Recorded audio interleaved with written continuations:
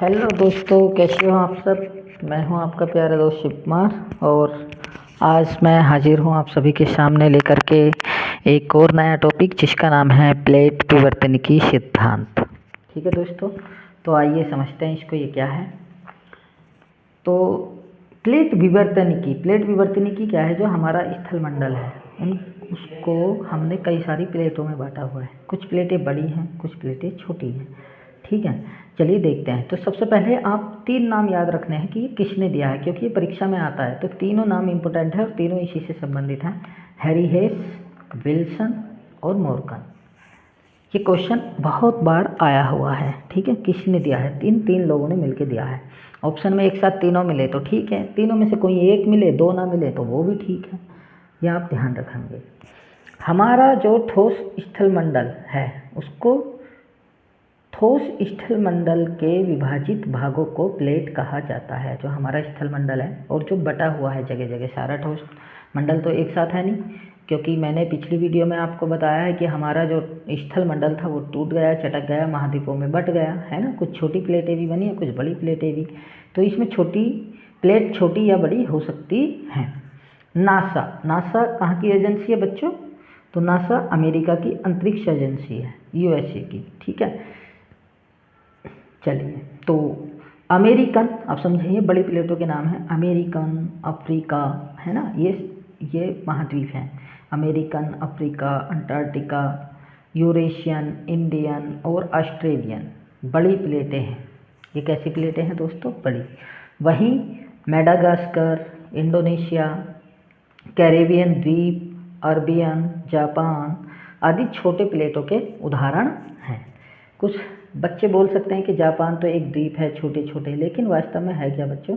जैसे द्वीप है और ये हमको अलग अलग दिखाई देता है, ऐसे 4 द्वीपों में बटा हुआ है Japan, Hokkaido, Honshu, Shikoku, Kyushu. ठीक है, तो इसमें क्या है बच्चों, जमीन का टुकड़ा तो यहाँ पानी है मान लीजिए, तो पानी के नीचे तो जमीन है, वो सबको ही मिला के एक प्लेट बनी हुई है। ठीक है, ये समझने वाली बात है।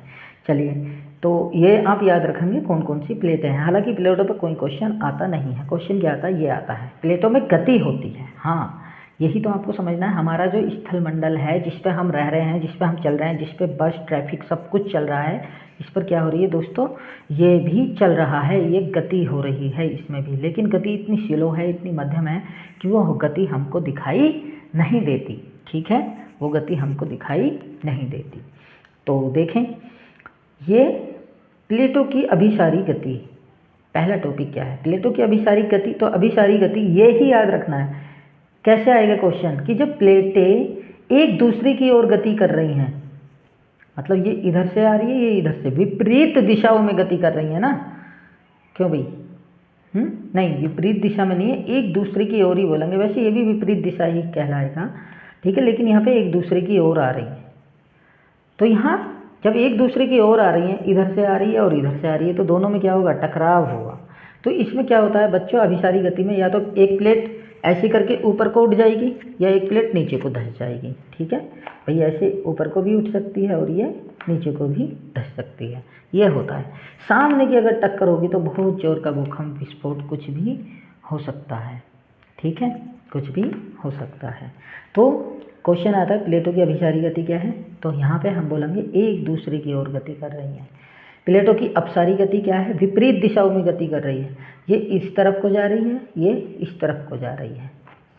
ये किधर को जा रही है? इधर को, और ये इधर को। तो इसमें क्या होता है? इसमें देखो, ये भी याद रखना है, जब ये वाली गति होती है, अभिसारी जब गति होती है, तो याद रखना अभिसारी गति से ही पर्वत बनते हैं। क्या बनते हैं? पर्वत। मैं ये नीचे बताने वाला हूँ, चलो तभी बताऊंगा। और दूसरी क्या है? अपसारी गति।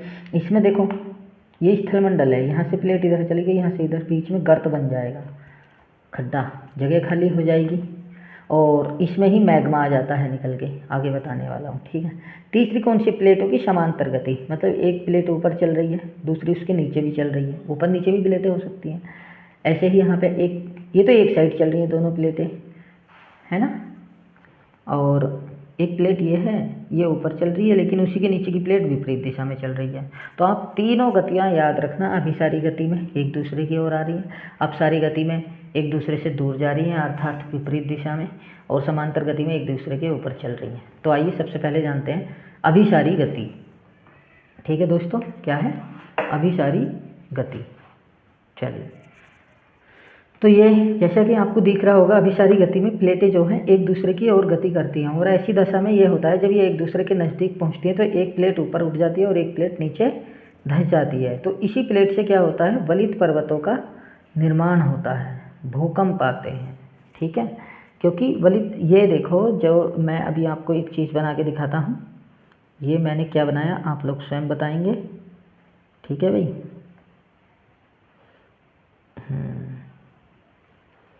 और ये इस तरफ,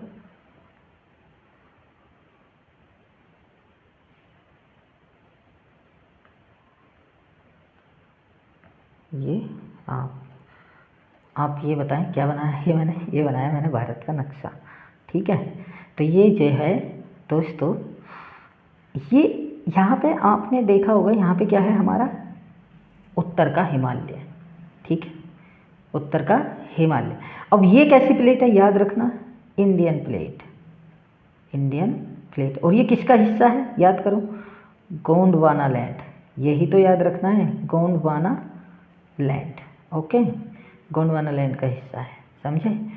अच्छा, और ऊपर कौन सी है, यहाँ पे है यूरेशियन प्लेट, जिसमें आपका यूरोप भी है, समझने वाली बात है, और यहाँ पे एशिया भी है। ठीक है, हालांकि भारत भी एशिया महाद्वीप में ही है, लेकिन ये यूरेशियन प्लेट है, इस तरीके से चली गई है। ये पूरा रूस, चीन, मंगोलिया और इधर का दक्षिण पूर्वी जो एशिया है, सब इसी में आ गए हैं। अब ये हमारी प्लेट यहाँ वास्तव में थी नहीं, यहाँ क्या था, टैथिस सागर, मैंने कल बताया था ना आपको, ये देखो याद करो, यहाँ पे ये टैथिस सागर है और ये इंडियन प्लेट है, तो ये यूरेशियन प्लेट से जाके टकराई है, ये समझना है आपको। और जैसे ही ये प्लेट टकराई है ये प्लेट इस यूरेशियन प्लेट से टकराई, इधर को कौन सी गति होगी जब एक दूसरे की ओर गति करेंगे, अभिसारी गति, है ना, अभिसारी गति ये वाली। तो जब ये टकराई है तो यहाँ पे जो समुद्र था, समझना भारत में नदियाँ कैसे उत्पन्न हुई हैं, यहाँ पे जो टैथिस सागर था, समझ रहे हैं, यहाँ से निकल गई नदियाँ चारों दिशाओं को, जैसे गंगा निकल गई, सतलुज निकल गई, यहाँ से सिंधु निकल गई इस तरफ को। ठीक है, और भी बहुत सारी नदियाँ निकली हैं, चीन की ओर को भी निकली हैं। तो ये समझने वाली बात है, नदियाँ इस प्लेट के, इंडियन प्लेट जब यूरेशियन प्लेट से टकराई है तो वहाँ पे जो टैथिस सागर था, ये जो टैथिस सागर है, ये टैथिस सागर जैसी प्लेट टकराई तो ज़मीन एक प्लेट ऊपर उठ गई, जिससे बना हिमालय पर्वत, है ना, यहाँ पे इकट्ठी होती गई, ऐसे वलन पड़ जाते हैं दोस्तों। क्या पड़ जाते हैं, वलन। भाई ये प्लेट थी, ये थी, तो यहाँ की भूमि क्या उठ गई, ऊपर को उठ गई ना, ऐसे बना वलित पर्वत। तो याद रखना, जो हमारा हिमालय पर्वत है, ये क्वेश्चन आता है कैसे पर्वत का उदाहरण है, बहुत इंपॉर्टेंट है, किसका, हमारा हिमालय वलित पर्वत का उदाहरण है, हिमालय पर्वत वलित पर्वत का उदाहरण है। और हिमालय कैसे बना है, यहाँ से नदियाँ कैसे निकली हैं, ये आप सीख गए होंगे। ठीक है, तो और इसी से जब देखो, जब ये टकराएगी इस प्लेट से, इस प्लेट जमीन से टकराएगी तो क्या आएंगे, भूकंप आएंगे, कंपन होगा धरती में। क्लियर, आगे चलते हैं हम। और भी चीज़ें हैं, बहुत सारी चीज़ें और क्या बनती हैं देखो, तो इसमें बनती हैं हमारी महासागरीय गर्त बनते हैं, महासागरों में गर्त, महासागरों में द्वीप और ज्वालामुखी द्वीप बनते हैं, जैसे इंडोनेशिया, जापान, क्यूबा। तो ये भी आप सारी चीज़ें याद रखेंगे।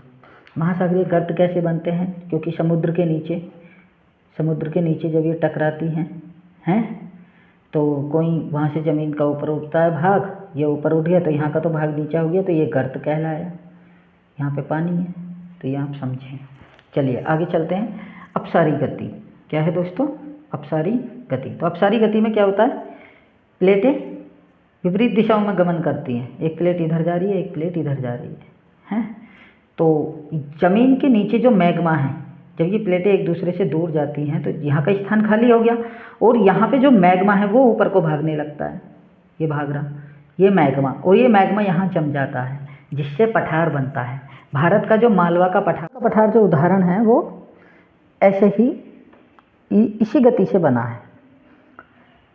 तीसरा है दोस्तों समांतर गति। तो समांतर गति में क्या होता है, एक प्लेट ये चल रही है, उसी के नीचे दूसरी प्लेट चल रही है, ये धरती है, प्लेट का मतलब बहुत बड़ा विशाल स्थलमंडल का टुकड़ा है ये, उसी के नीचे दूसरी भी गति कर रही है। या एक इधर चल रही है और एक इधर चल रही है विपरीत दिशाओं में। तो इससे क्या होता है दोस्तों, विशाल मात्रा में ऊर्जा उत्सर्जित होती है। भाई दोनों के बीच में घर्षण होगा, विशाल मात्रा में ऊर्जा उत्पन्न होगी और बड़े बड़े भूकंप आते हैं। तो ये हमारा प्लेट विवर्तनी की सिद्धांत कंप्लीट हो गया है। आपको इसमें सबसे ज़्यादा इम्पोर्टेंट ये ध्यान देना है कि दिया किसने है। बाकी और छोटी छोटी बातें जाने हो, जैसे वलित पर्वत, हमारा हिमालय पर्वत जो है वलित पर्वत का उदाहरण है, और जितने भी नवीन पर्वत हैं वो सभी वलित पर्वत के उदाहरण हैं। हालांकि जब ये गति जाती हैं तो ये भी याद रखेंगे एक चीज़ और, ये जो अपसारी गति है जिसमें प्लेटें एक दूसरे से दूर जा रही हैं, इसी में भ्रंश उत्पन्न होता है। भाई ये प्लेट थी, इधर गई, ये प्लेट इधर गई, तो बीच की जगह खाली होगी और यहाँ ज़मीन बैठ गई इस तरीके से, तो ये भ्रंश घाटी बनी। क्या बनी दोस्तों? भ्रंश घाटी। और भ्रंश घाटी जो हमारी नर्मदा है या ताप्ती है, ये भ्रंश घाटी में ही बहती है। आप यहाँ पे ध्यान देंगे, यहाँ पे तो है हमारा विंध्याचल पर्वत, ऐसे मान के चलो, ये बह रही है नर्मदा, फिर यहाँ पे है सतपुड़ा पर्वत और फिर बह रही है ताप्ती। तो आप यहाँ देखो, इधर भी ये नदी है, इधर पर्वत, तो ये घाटी बन गई ना बीच में। ऐसी इधर ये पर्वत है, इधर भी ऊंचा भाग है, तो ये भी घाटी बन गई। तो ये भ्रंश घाटी में बहने वाली नदियाँ हैं भारत की दो, ध्यान रखेंगे, नर्मदा और ताप्ती। इनके बारे में हम आगे भी विस्तार से बातें करेंगे जैसे जैसे टॉपिक आएंगे। और ये जो है सतपुड़ा, अब सतपुड़ा को ध्यान से देखो, ये कुछ इस तरीके का बन गया, इधर घाटी और बीच में भाग है सतपुड़ा। तो ये भ्रंश पर्वत का उदाहरण है। ये ऊपरी भाग, ये पर्वत बना, भ्रंश पर्वत का उदाहरण है। सतपुड़ा पर्वत जो है, इस पर भी बहुत बार क्वेश्चन आया हुआ है, तो और इसका क्रम भी पूछा जाता है। तो सबसे उत्तर में विंध्य हिमाचल, नर्मदा, सतपुड़ा और ताप्ती, इसका क्रम भी याद रखेंगे आप। चलिए, तो आज के लिए इतना ही, धन्यवाद।